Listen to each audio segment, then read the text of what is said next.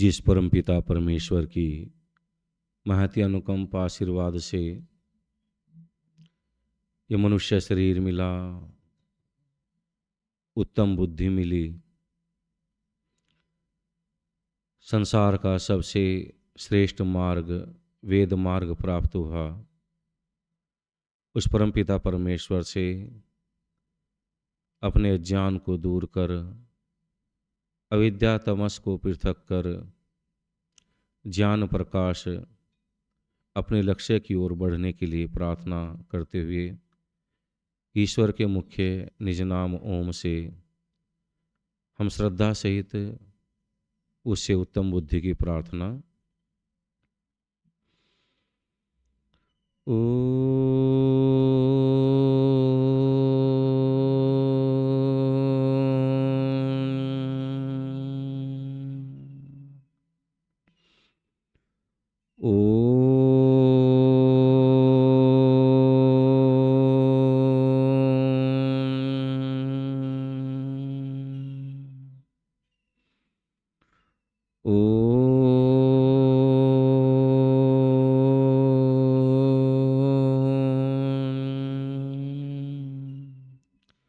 असतो मा सद्गमय तमसो मा ज्योतिर्गमय मृत्युर्मामृतं गम। हो असत से दूर भगवन सत्य का वरदान दो, दूर कर सब द्रुत तिमिर शुभ्र ज्योति वितान दो। मृत्यु बंधन से छुड़ा अमरत्व हे भगवान दो, अमरत्व हे भगवान दो, अमरत्व हे भगवान दो। पवित्र यज्ञशाला में उपस्थित सम्मान के योग्य आचार्य वृंद, वंदनीय पूजनीय मातृशक्ति, वानप्रस्थ महानुभाव, धर्म प्रेमी सज्जनों, विद्यार्थी वृंद, परसों के दिन में हम चर्चा कर रहे थे कि हम सब जीवन में अच्छा बनना चाहते हैं, अच्छा देखना चाहते हैं, चाहे शारीरिक दृष्टि से हो, मानसिक दृष्टि से हो, संसाधनों की दृष्टि से हो। क्योंकि जब भी हम अच्छे होते हैं या अच्छा बनने का प्रयास करते हैं, इससे हमें संतोष मिलता है, सुख मिलता है। इसलिए हर व्यक्ति अपनी अपनी बुद्धि के अनुसार, अपनी सामर्थ्य के अनुसार अच्छे बनने का प्रयत्न करते हैं। भले ही चाहे ज्ञान ठीक ना हो, अच्छे के बजाय कई बार हम बुरे भी हो जाते हैं। कार्य करते हैं कई बार अच्छे बनने के लिए, लेकिन वो यदि ज्ञान ठीक नहीं है, उल्टे कर्म हो जाते हैं, कार्य बिगड़ जाते हैं, जिससे यश की जगह हमारा अपयश फैलता है। हमारे जीवन में जितने भी हमारे संसाधन हैं, संसाधनों में भगवान ने हमें शरीर दिया, हमने मेहनत पुरुषार्थ करके धन कमाया, अच्छे वस्त्र आदि, अच्छे सब कुछ अपने आप को सुसज्जित रखने का प्रयत्न करते हैं। और कई बार ज्ञान न ठीक होने के कारण से केवल इन्हीं में हम अपने जीवन की संतुष्टि मान लेते हैं। बस अच्छे वस्त्र होंगे तो हम बहुत अच्छे कहलाएंगे, केवल अच्छा ही शरीर होगा तो हम बहुत अच्छे हो जाएंगे। निश्चित रूप से अच्छा शरीर होना, अच्छे वस्त्र होना, अच्छा धन होना, अच्छी संपदा होना, यह भी हमारे एक उन्नति का कारण होता है। लेकिन केवल इतना ही नहीं, कहा कि यदि हम वास्तव में जीवन में अच्छा बनना चाहते तो सबसे पहले क्या करें, कहा कि अपनी बुद्धि को ठीक कर लें। जो हम इस श्लोक पर चर्चा कर रहे थे, अष्टौ गुणः पुरुषम दीपयन्ति, उसमें सबसे पहले क्या कही, प्रज्ञा च, आगे कौल्यम च, श्रुतम च, दमश्च, पराक्रमश्च, अबहुभाषिता च, दानम यथाशक्ति, कृतज्ञता से। यहाँ 8 गुण बताए हैं कि 8 गुण ये ऐसे हैं जो व्यक्ति के शोभा को बढ़ाने वाले होते हैं, व्यक्ति की यश प्रतिष्ठा मान सम्मान को बढ़ाने वाले होते हैं, समाज में से उसकी प्रतिष्ठा बढ़ती है। सबसे पहले कहा कि बुद्धि, मनुष्य के पास में बुद्धि का बहुत बड़ा महत्व है। केवल एक बुद्धि ही ऐसी है जो हमें अन्य सब प्राणियों से पृथक करती है। आपके पास कितनी भी धन संपदा हो, कितना भी वैभव हो, आप कितने भी बलवान हो, में आप कितने भी, चाहे अन्य आप में कितनी विशेषता हो, लेकिन यदि बुद्धि खराब हो जाती है तो व्यक्ति के जीवन का विनाश हो जाता है।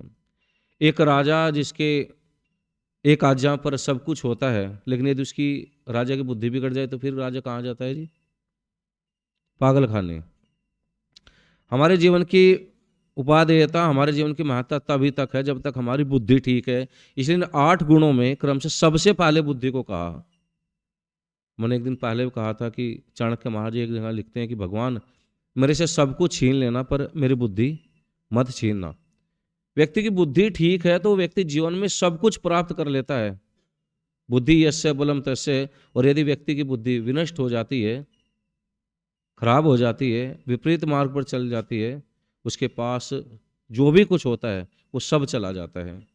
आप सबके जीवन का अनुभव होगा, सबने अपने अड़ोस पड़ोस घर परिवार समाज में देखा होगा कि कई बार कोई घर कितने अच्छे होते हैं, गांव आदि में देखते हैं अच्छी भूमि होती है, मकान बड़े हैं, संसाधन है, ट्रैक्टर हैं, सब कुछ है, लेकिन पता चला कि परिवार में एक दो युवक थे, उनकी बुद्धि भ्रष्ट हो गई, नष्ट हो गई, गलत खान पान हो गया, गलत संगत में पड़ गए, खान पान गलत हुआ, आचार व्यवहार गलत हुआ, एक पीढ़ी में सत्यानाश हो जाता, एक पीढ़ी के अंदर। और ऐसे भी देखे होंगे जो बहुत थोड़े से संसाधन थे, गरीब से परिवार थे, घर भी बहुत अच्छे नहीं थे, साधन भी बहुत अधिक नहीं थे, लेकिन बच्चों की बुद्धि अच्छी हुई, बुद्धि अच्छी हुई तो पढ़े लिखे, अपने घर परिवार में खूब मेहनत की, और धीरे धीरे वो आर्थिक रूप से संपन्न हुए, उनकी जो अर्थव्यवस्था थी वो ठीक हुई, और उनका जीवन उज्जवल होता चला गया, श्रेष्ठ होता चला गया। अंतर किसका है? बुद्धि का। बहुत बड़ा महत्व है बुद्धि में। इसलिए मैं बार बार एक बात कहा करता हूँ कि भगवान से केवल जीवन में एक ही चीज़ की प्रार्थना करनी चाहिए। मूर्ख अनाड़ी लोग होते हैं वो, जो भगवान से केवल भिखारी की तरह सारा दिन, इसलिए कहते हैं ना कि मांगने के लिए भी बुद्धि चाहिए, मांगने के लिए भी बुद्धि चाहिए। यदि बुद्धि नहीं है तो क्या करोगे? मांगोगे भी ऐसी चीज जो आपके जीवन का विनाश कर देगी। एक वो कही जाती है ना कि एक कथानक सुना जाता है इस विषय में कि एक बार पार्वती शिव से कहने लगी कि भोले ये जगत दिखा करके ला। तो भोला कहने लगा बस ना देखे तो ही ठीक है, ना देखे तो ही ठीक है। इसमें पता नहीं कैसे कैसे लोग हैं, कैसे कैसे कुमती लोग हैं कि ना दिखानी पड़ेगी। भोला मने करने लगा। तो फिर भोले और इनके जो कुलक्षणी और कुबुद्धि लोग हैं, भोले के नाम पर क्या करते हैं, भोला भांग फेंक रहा था, और गोटे कौन थी? पार्वती। मतलब इस समाज की इससे ज्यादा और दुर्गति क्या हो सकती है? बुद्धिहीन हो गए लोग। महापुरुषों के अपने जो अपने ईश्वर महापुरुष जो हमारे आदर्श थे, एक चीज का ध्यान रखना, इससे नीच कौम भी कोई नहीं मिलेगी। बहुत दुख के साथ बोल रहा हूं। जिनको हम दुष्ट बोलते हैं, आतताई बोलते हैं, पापी बोलते हैं, नीच बोलते हैं, उनका जो महापुरुष था, उनका जो जनक था, मूर्ख, बदसूरत, इतना बदसूरत, अंत में गल सड़ करके मरा। चित्र भी नहीं बनाएगा उसका एक भी, केवल इसलिए उसका चित्र नहीं बनाते अपने महापुरुष का। क्यों? क्योंकि वो अंत में सड़ करके मरा। लेकिन उसके नाम पर उनकी इतनी श्रद्धा, इतना समर्पण, एक शब्द उसके लिए कोई बोलते दो उसके विपरीत, उसी समय गले कट जाते हैं। अब हम उसे गलत कहेंगे, लेकिन यदि दूसरी दृष्टि उनका समर्पण देखो कितना। एक नीच को जिसका जीवन का कोई स्तर नहीं, जो 9 साल की कन्या से विवाह कर लेता हो, जो इतना हिंसक हो, केवल लूट मार ही जिसके जीवन का उद्देश्य हो, लेकिन उसको उन्होंने क्या बना दिया। और हमें संतोष जब तक नहीं मिलता, हम अपने आदर्श जो हमारे कहें कि दर्पण की तरह जिनका जीवन है देख करके हम प्रेरणा ले सकते हैं, हमने उनको पशु पक्षी बना दिया। इतने हम गलत में चले गए, हमने पशु बना दिया उनको। इससे ज़्यादा और निर्बुद्धिता की बात क्या होगी। हम कितने ही ढिंडोरे पीटते रहें, कितने ही जागरण जगराते करते रहें, कितने ही व्रत उपवास करें, लेकिन हम इतने बुद्धिहीन हो गए। पूरी संसार में उस व्यक्ति का एक चित्र नहीं मिलेगा, क्योंकि वो बदसूरत बद कुरूप व्यक्ति था, उसके कर्म इतने नीचे थे। लेकिन उसके नाम पर अभी परसों तरसों दिल्ली में एक कोई महिला थी मुस्लिम, एक रंग का भरा गुब्बारा गिर गया या गिर दिया, जो भी हुआ, लेकिन वो उसके अपने महापुरुष के इतने तकड़े अनुयायी हैं कि जो उसने कहा, और कहा भी नहीं, बस मान लिया, उस युवक की हत्या कर दी गई। परसों की तरसों की बात है, दिल्ली के अंदर, उत्तम नगर के अंदर। कितना समर्पण उसके प्रति, उसको आप अंधश्रद्धा कह सकते, कुछ भी कह सकते हैं, लेकिन वो उसके प्रति कितने अड़िग हैं। और हम हनुमान जैसा एक महापुरुष जो वेदों का जाता, जिसके विषय में वाल्मीकि रामायण में लक्ष्मण इतनी प्रशंसा करते हैं, बुरी बुरी प्रशंसा करते हैं कि माने इतना बड़ा मुझे आज तक कोई ऐसा काव्य शास्त्र का जाता नहीं मिला, इसकी वाणी में इतनी रस है कि भाई जैसे इसने सामवेद को पूरा अपने जीवन व्यवहार में उतारा हो। अनेक प्रशंसा करता है, लेकिन हमने उसको भी पूंछ लगा दी। और इसमें हम मानते हैं कि हम बड़े भगवान के भक्त हैं। इसलिए ध्यान रखना, भगवान की भक्ति भी जब तक व्यक्ति के पास बुद्धि नहीं होगी तब तक नहीं कर सकते।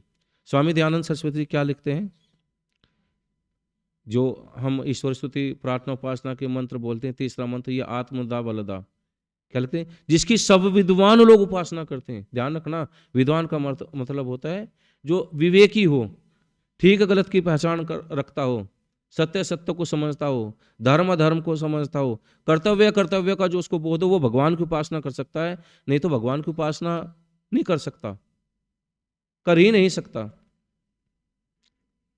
इसलिए क्या कहा वेद के अंदर, केवल बुद्धि की प्रार्थना नहीं की गई, विवेकी बुद्धि। भगवान हमारी बुद्धि को सब दुर्गुण दुर्व्यसनों से हटा करके, कुमार्ग से हटा करके उत्तम मार्ग में प्रेरित करें। यदि भगवान से जो भी बुद्धिमान व्यक्ति होगा केवल भगवान से बुद्धि की ही प्रार्थना करेगा, सद्बुद्धि की प्रार्थना करेगा, ना वो कभी ये मांगेगा कि भाई भगवान मुझे अच्छा घर दे, भगवान मेरे बच्चे की नौकरी लगा दे, भगवान मेरे बच्चे को बहुत बड़ी और कोई कार दिला दे, कुछ नहीं मांगेगा। यदि बुद्धि ठीक है व्यक्ति की, सब कुछ प्राप्त कर लेगा, सब कुछ। और बुद्धि नष्ट हो जाती है, जो हो वो भी सब चला जाता है। बड़े बड़े राजे महाराजे, बड़ी बड़ी रियासतें थी, दुर्दशा होकर के मरे लोग। क्यों? क्योंकि जब बुद्धि विकृत हो जाती है, उल्टे कर्म करता है व्यक्ति, और उल्टे कर्म करता है तो फिर वो नाश की तरफ बढ़ता है। इसलिए 8 गुणों में कहा कि जो मनुष्य की शोभा बढ़ाने वाले 8 गुण हैं, उन 8 गुणों में जो सबसे पहला गुण है प्रज्ञा, अर्थात उत्तम बुद्धि, विवेकी बुद्धि। कैसी? जो ठीक गलत की पहचान कर सके, देश काल परिस्थिति के अनुसार निर्णय ले सके, वह तर्क करने की जिसके अंदर सामर्थ्य हो। और आर्य समाज की बड़ी विशेषता रही है, बहुत कम संख्या होते हुए आर्य समाजी लोगों की, लेकिन अपनी जो एक प्रतिष्ठा थी वो किसके कारण से थी?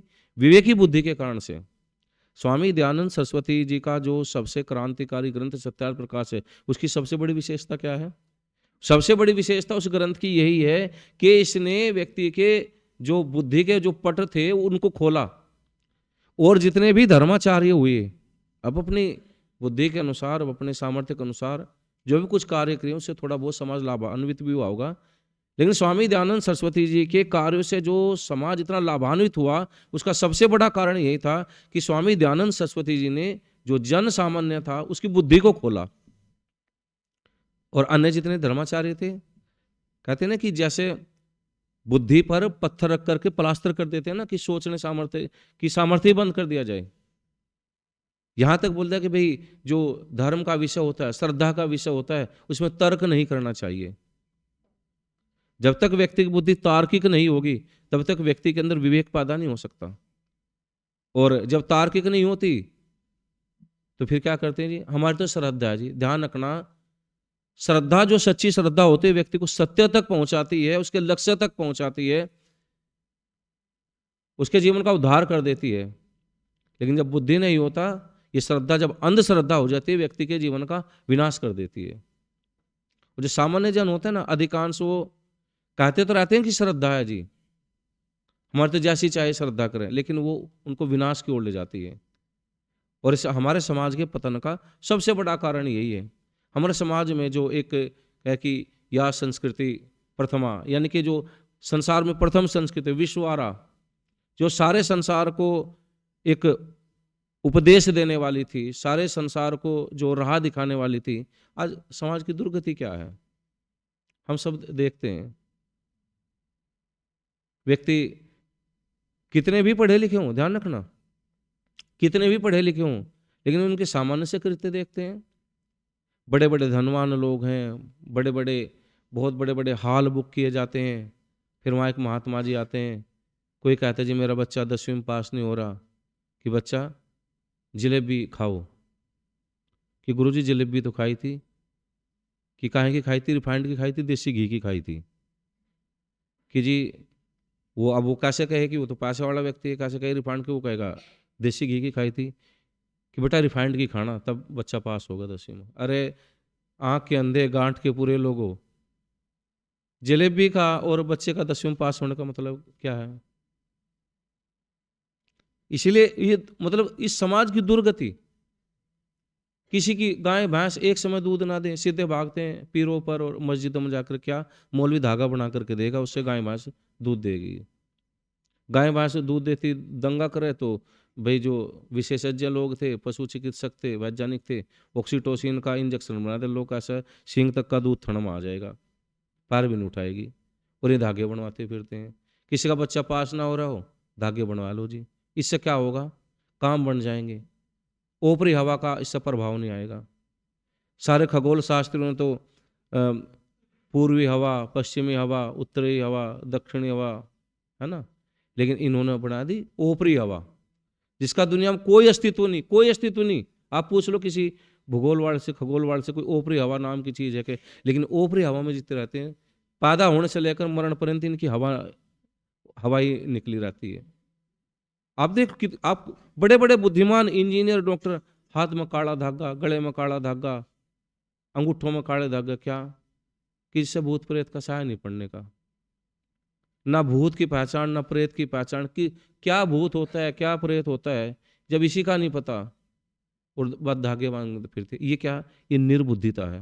इसलिए स्वामी दयानंद सरस्वती जी क्या लिखते हैं कि जड़ की पूजा करने से व्यक्ति की बुद्धि जड़ हो जाती है। चेतन की पूजा करते, अपने महापुरुषों की पूजा करते, सच्चे ईश्वर की पूजा करते, निश्चित रूप से बुद्धि खुलती। और जब तक बुद्धि नहीं खुलेगी, इसी प्रकार से हम दुर्गति को प्राप्त होते रहेंगे। क्योंकि बुद्धि खोलने का मतलब है व्यक्ति के अंदर विवेक पैदा होता है, व्यक्ति के अंदर ज्ञान पैदा होता है। और कहा कि ज्ञानान मुक्ति, ज्ञान ही एक ऐसी चीज है जो हमें मुक्ति दिला सकती है। मुक्ति का मतलब है दुखों से छुड़ा सकती है, वो चाहे सांसारिक दुख हो, सामान्य दुख हो, चाहे विशेष जो आध्यात्मिक, आदि दैविक और जो आदि भौतिक दुख लिखे, चाहे संसार का सुख हो, चाहे जो पारलौकिक सुख है, मुक्ति का सुख है, वो बिना बुद्धि के, बिना ज्ञान के मिल ही नहीं सकता। सुख तो चाहते हैं, लेकिन उस सुख चाहने के चक्कर में जब बुद्धि ठीक नहीं होती, कहाँ से बलि प्रथा आदि आई। एक तरफ कहते हैं कि भाई त्वमेव माता च पिता त्वमेव बंधुश्च सखा, तुम्हें परम पिता परमेश्वर, आप हमारी माता हैं, आप हमारे पिता हैं, संसार के सब जो भी जगत है, चींटी से लेकर के हाथी तक, सबके सृजनहार, सबको बनाने वाले तुम हैं। और जब बुद्धि भ्रष्ट हो जाती है, पशु पक्षी छोड़ो, मनुष्य तक की भी बलि दे दी जाती है। किस कारण से? कि इससे हमें सुख मिलेगा, इससे हमारे बिगड़े काम बनेंगे। ध्यान रखना, दूसरे को उजाड़ करके, दूसरे को दुख दे करके कभी हम सुख प्राप्त नहीं कर सकते। बलि प्रथा, सती प्रथा, आप कैसे कैसे अंधविश्वास इस समाज में आई, आप कल्पना करो। हम यज्ञ में बैठते हैं, यहाँ एक चिंगारी भी यदि हमारे त्वचा पर लग जाए, एकदम से हाथ वहीं जाता है, सहन नहीं कर पाते। और धर्म के नाम पर श्रद्धा के नाम पर, पूजा पद्धति के नाम पर कितना भयंकर, मतलब इतने अमानवीय अत्याचार राक्षस भी इस तरह से नहीं कर सकते जो इस समाज के लोगों ने कुकृत्य किए हैं। इसलिए इस समाज की दुर्गति का शब्द जो संसार, जो विश्व गुरु कहलाता था, आज इतने पतन पर आए, वो किसके कारण से? केवल अंधश्रद्धा के कारण से। कैसे कैसे अत्याचार होते थे माताओं बहनों के साथ में, चिताएं लगाई जाती थी, किसी का पति मर गया। अब जीवन मरण ही परमात्मा की व्यवस्था है, मनुष्य की थोड़ा है। मरा पति और मारा किसको जा रहा है? पत्नी को। इससे घोर भयंकर अंधविश्वास अत्याचार क्या हो सकता है? और वो रोती तड़पती, किसको मृत्यु से भय नहीं लगता? कहते कि मृत्यु का भय संसार में सबसे बड़ा भय है। जो विद्वान है वो भी उससे नहीं बच पाते, उस भय से सबको लगता है। और एक सामान्य मृत्यु होती है, कहते हैं कि जड़ करके मरना, ये सबसे कष्टदायी होती है, सबसे कष्टदायी। और किस तरह से जला करके मारा जाता था, वो रोती थी, चिल्लाती थी, ये ढोल नगाड़े बजाए जाते थे ताकि उसकी आवाज दब जाए। उस सीता की तरफ से वो दूर भागती थी, भालों की नोक उसको मारी जाती थी, धकेल करके भालों पर उठा करके उसको चिता में डाल दिया जाता था। इससे ज्यादा घोर और पाप क्या हो सकता है? वो सारे इस समाज के अंदर हुए, जो समाज विश्वगुरु कहलाता था। क्यों? क्योंकि जो एक परमपिता परमेश्वर निराकार सर्वव्यापक न्यायकारी, जो सबके जीवन का कल्याण करने हारा है, जिसके यहाँ किसी प्रकार का कोई भेद नहीं, न हिंदू न मुसलमान न यहूदी न ईसाई न बौद्ध न पारसी न जैन, कोई भी नहीं, सो सबका माता पिता। और जब तक उस एक ईश्वर की उपासना पद्धति पर चलते रहे, उस एक निराकार ईश्वर को मानते रहे, उसकी आज्ञाओं का पालन करते रहे, तब तक विश्वगुरु कहलाए। कितनी धन संपदा, कितनी कहीं के वैभव इस अपने राष्ट्र का था। कहीं दुष्ट लोग आज भी कहा करते हैं जी नहीं, वो तो बाहर से जो आए थे। आप देखना डिबेट की, जो इतनी लंबी लंबी दाढ़ी वाले जो लोग हैं, वो कहते कि नहीं जी, ये अकबर आदि तो, ये तो इन्होंने तो सुशासन न्याय स्थापित किया। अरे जो गंवार लोग थे, रेतों में पैदा हुए, यायावर जाती थी, केवल भोजन के लिए वो लड़ती थी, घूमती थी, भोजन तक की व्यवस्था नहीं थी। रेगिस्तान में क्या उनको मिलने लग रहा था? और कहते हैं सुशासन। शासन तो अकल से होता है, लेकिन वो हिंसक हुए, वो धूर्त हो गए, और हमारे लोग मूर्ख रह गए। मूर्ख अर्थात जिसके अंदर विवेक नहीं है, और धूर्त वो है जो मूर्खों का शोषण करते हैं। वहां से आए हम यहाँ इस गुजरात प्रांत में बैठे हैं। गुजरात प्रांत का जो सबसे प्रसिद्ध मंदिर सोमनाथ का मंदिर, कितनी बार लूटा, उसका इतिहास उठा करके देखना चाहिए। एक बार नहीं, अनेकों बार लूटा, अनेकों बार। और हम कितने कायर कमीने हुए। स्वामी दयानंद सरस्वती लिखते हैं, मतलब शब्द हैं कठोर हैं, लेकिन जिस व्यक्ति ने कठोर शब्द लिखे, जैसे स्वामी जी लिखते हैं ना, भागवत पुराण के लिखने वाले की, अच्छा होता उसकी माँ का गर्भपात हो जाता, कम से कम एक महापुरुष पर, एक महापुरुष तो कलंकित ना होता। इसी प्रकार से जो पंडित थे, पुजारी थे, केवल पेट भरने वाले थे, और इससे ज्यादा उनकी कोई योग्यता नहीं थी। वहां के योद्धा जो क्षत्रिय थे, वो कह रहे हैं कि महाराज हमें आदेश तो दो, हम शत्रु सेना के साथ युद्ध करें। कितना मुहूर्त नहीं निकला, आपको कुछ करने की जरूरत नहीं है, अनुकूल समय है, शिव तीसरा नेत्र खोलेगा, उन सबको भस्म कर देगा। तीसरा नेत्र, राम का काम दो नेत्र से चला गया, कृष्ण का काम दो नेत्र से चला गया, ब्रह्मा से लेकर गज्यामिनी मुनि पर्यंत जितने ऋषि महर्षि थे, सबको दो दो नेत्र थे।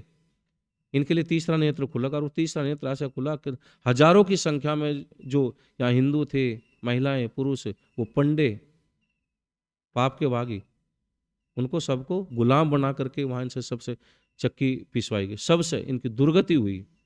किस कारण से? क्योंकि बुद्धिहीन हुए, ईश्वर को छोड़। कब कहता है ईश्वर की भाई शत्रु तुम्हारे ऊपर आक्रमण करे? वेद तो कहता है, परमपिता परमेश्वर से कहता है कि जो हमारी गायों को मारो, जो हमारे घोड़ों को मारो, शीशे की गोली से बीन दो, उसको छोड़ो नहीं। दुष्ट अत्याचारी यदि रहेगा, कितना जो हम वेद भाष्य पढ़ते, कितनी जगह स्वामी दयानंद सरस्वती लिखते हैं, उसमें वेद भाष्यों में प्रकरण आता है कि जो दुष्ट आताताई लोग हैं, इनको फांसी पर चढ़ा दो। कोई समाज में दुराचारी व्यक्ति हो जाए, गड्ढों में गड़वा दो, कुत्तों से नुचवा दो। आप मनुस्मृति का देखें जो दंड आदि का विधान है, और प्रत्यक्ष हम देख सकते हैं, प्रत्यक्ष जब तक धर्म नहीं होगा तब तक कभी भी समाज सुखी नहीं रह सकता। और धर्म का मतलब क्या होता है? पक्षपात रहित न्याय। अभी लगभग 27 तारीख की कितनी घटना है फरवरी की, एक जो उस विचारधारा को छोड़ चुका था, उसका नाम था सलीम वास्तविक, उधर का उत्तर प्रदेश का रहने वाला था, शामली जिले का, अभी गाजियाबाद में रह रहा था। तो जो जो इनकी कमी थी वो सबको पता था। गाजियाबाद में लोनी का जो क्षेत्र है वहां पर उसके ऊपर धारदार, यानी कि उसको बिल्कुल मारने की स्थिति के लिए आए थे, मारने के लिए आए थे बिल्कुल, किसी तरह से वो बच गया। जो उसके हत्यारे लोग थे, हत्या करने वाले थे, 2 दिन में वो तो बच गया, लेकिन जो हत्यारे थे वो दोनों निपटा दिए सरकार ने, शासन ने। क्यों? क्योंकि जो राजा है वो इस चीज को समझता है कि इसके साथ कैसा व्यवहार करना चाहिए। विनम्रता का व्यवहार, प्रेम का व्यवहार, ये विनम्र लोगों के साथ चलता है। दुष्ट को जो हाथ में तलवार लेकर के चलता है, आप उसको केवल वाणी को उपदेश से नहीं समझा सकते, वो समझेगा ही नहीं। इसलिए कहा यथा योग्य व्यवहार, जो जैसा है उसके साथ वैसा ही व्यवहार करना। जो हिंसक हो, खूनी हो, हमारा उपदेश किया जाता है कि नहीं, जो योगी जो लोग होते हैं उनके सानिध्य मात्र से तो पशुओं की भी वो तो बुद्धि बदल जाती है। सारे हमारे ऋषि महर्षियों को, हमारे महापुरुषों को, सारे कुछ 4 पैर वाले पशुओं ने मार डाला, कुछ 2 पैर वाले पशुओं ने मार डाला। स्वामी दयानंद सरस्वती जी को जहर दे करके मारा गया, पंडित लेखराम जी को चाकू आदि घोंप करके मारा गया, स्वामी श्रद्धानंद सरस्वती को गोली मारी गई। ठीक है, कहीं उनको, उन योगियों का जो प्रताप था उनको अहिंसक नहीं बना सका, उनकी हिंसा नहीं हटा सका। जो हिंसक होता है, जो दुर्बुद्धि होता है, आप उसे समझे कि वो केवल उपदेश से उपदेश नहीं, उसके लिए तो केवल यथा योग्य व्यवहार है, जो जैसा है वैसा ही करना पड़ता है। तो इसलिए कहा कि हमारे जो 8 गुण हैं जो हमारे जीवन में शोभा बढ़ाने वाले हैं, सबसे पहला कि प्रज्ञा, अर्थात खुली बुद्धि, ठीक गलत की जो पहचान कर सके, धर्म धर्म का जो जान कर सके, वही व्यक्ति संसार में सुशोभित होता है, संसार में भी सुशोभित होता है। और इस शरीर को जब छोड़ करके जाता है, वही संसार के सुख को प्राप्त करने के बाद में उस परमपिता परमेश्वर के सुख को प्राप्त कर पाता है। थोड़ी सी बात रखी, ध्यान से सुना। इति ओम सम, धन्यवाद। शांति पाठ। ओम द्यौः शान्तिरन्तरिक्षं शान्तिः, पृथिवी शान्तिराप शान्तिरोषधयः शान्तिः, वनस्पतयः शान्तिर्विश्वे देवाः शान्तिर्ब्रह्म शान्तिः, सर्वं शान्तिः शान्तिरेव शान्तिः, सामा शान्तिरेधि। ओम शांति शांति शांति। सर्वेभ्यो नमः। सभी को सादर नमस्ते।